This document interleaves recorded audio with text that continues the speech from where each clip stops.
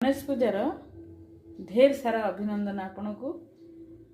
बहुत बुलाबुली आम कलु। आज घरे मु पूजा कली, पिठा खीरी करी पूजा कली, गणेश पाखरे लडू भोग कली। आज पुअर जन्मदिन पु आमर यही गणेश पूजा दिन जन्म होईची। बहुत बुलाबुली करूँ। आज बीच भी जाइलु। वीर गोविंदपुर दक्षिण काली से जो ठाकुर अच्छा प्रत्यक्ष देवी आपण सेठाକୁ भी आसतु। यहाँ पुरी ठारू टे भितर को अच्छी टे साक्षी गोपाल निकटवर्ती दक्षिण काली मंदिर बहुत प्रसिद्ध मंदिर। सेठाକୁ जाइलु पूरा पूरी 11-12 बेलू गलु।